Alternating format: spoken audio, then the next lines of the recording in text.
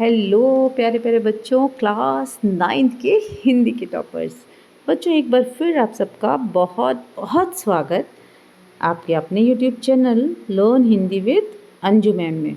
बच्चों, हम लोग पढ़ रहे हैं कक्षा 9 की हिंदी पाठ्य पुस्तक स्पर्श भाग 1, जो NCERT की पुस्तक है, जिसमें हम लोग पढ़ रहे हैं आपका पाठ काव्य खंड के अंतर्गत रहीम के दोहे।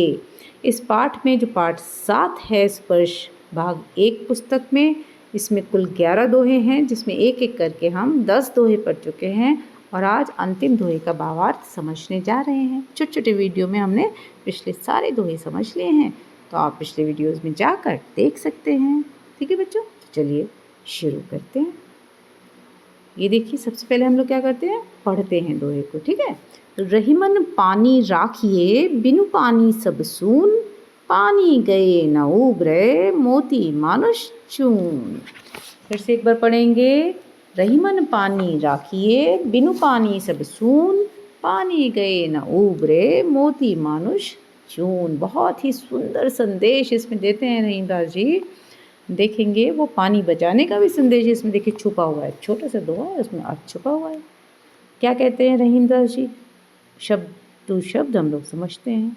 रहीमन पानी राखिए, रहीमदास जी कहते हैं कि भाई पानी बचाओ, पानी बचाओ, पानी रखो। और पानी राखिए का मतलब पानी बचाओ। अब देखिए, जिस समय रहीमदास जी थे उस समय पानी की शायद किल्लत भी नहीं रही होगी, फिर भी उन्होंने पानी के महत्व को रेखांकित किया है और कहा है कि पानी कितना महत्वपूर्ण है, इसे बनाए रखो, इसे बचाए रखो, क्योंकि बिन पानी सब सून। अगर पानी समाप्त हो गया तो सब संसार सूना हो जाएगा, सब खत्म, कुछ भी नहीं बचेगा।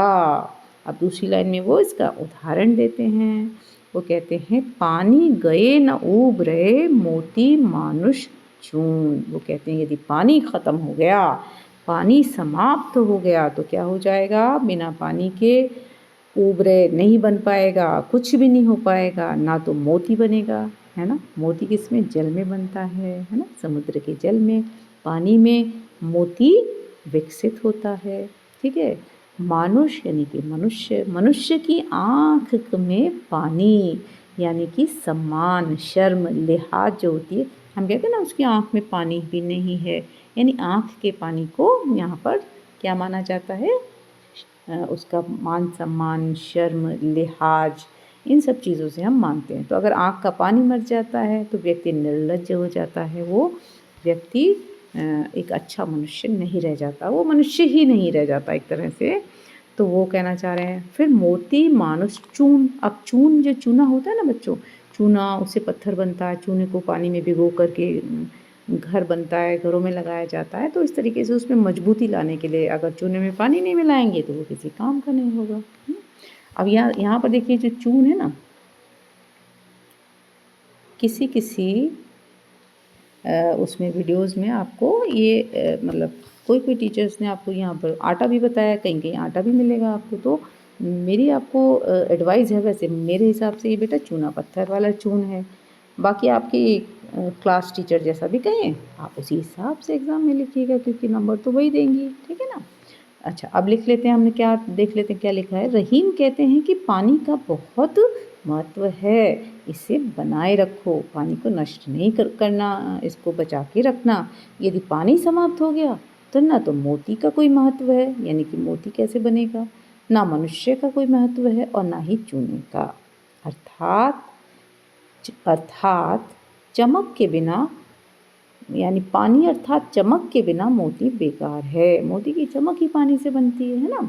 और पानी अर्थात सम्मान के बिना मनुष्य का जीवन व्यर्थ है। मैंने बताया ना, आँख का पानी होता है ना। और वैसे अगर पीने का पानी भी नहीं मिले बच्चों, तब भी तो मनुष्य का जीवन व्यर्थ है, तब भी तो मनुष्य बिना पानी के जीवित नहीं रह सकता। और जल के बिना चूने को काम में नहीं लिया जा सकता। ठीक है ना, चूना मैंने आपको बताया कि जल मिलाकर ही चूना काम में लिया जा सकता है, बिना पानी के वो सूखा और बेकार हो जाएगा। ठीक है, तो पानी इतना महत्वपूर्ण है, पानी के महत्व को रेखांकित करता है ये दोहा। मुख्य रूप से ये बताता है कि पानी बहुत महत्वपूर्ण है और उसे हमें बचाना चाहिए। Save water, save earth. ठीक है बच्चों, चलिए उम्मीद करती हूँ आपको ये दोहा समझ में आ गया होगा। इसी के साथ ये पार्ट भी आपका समाप्त हो गया। और जिन बच्चों ने भी चैनल को सब्सक्राइब नहीं किया है वो फटाफट सब्सक्राइब कर लीजिए, बेल आइकन को प्रेस कर लीजिए, दोस्तों में शेयर कर लीजिए। ये किताब भी हम लोग पढ़ रहे हैं, साथ में दूसरी किताब सनशैन भी पढ़ेंगे। ठीक है, चलिए अगले वीडियो में आपसे फिर मिलेंगे बच्चों। तब तक के लिए जय भारत, जय हिंद।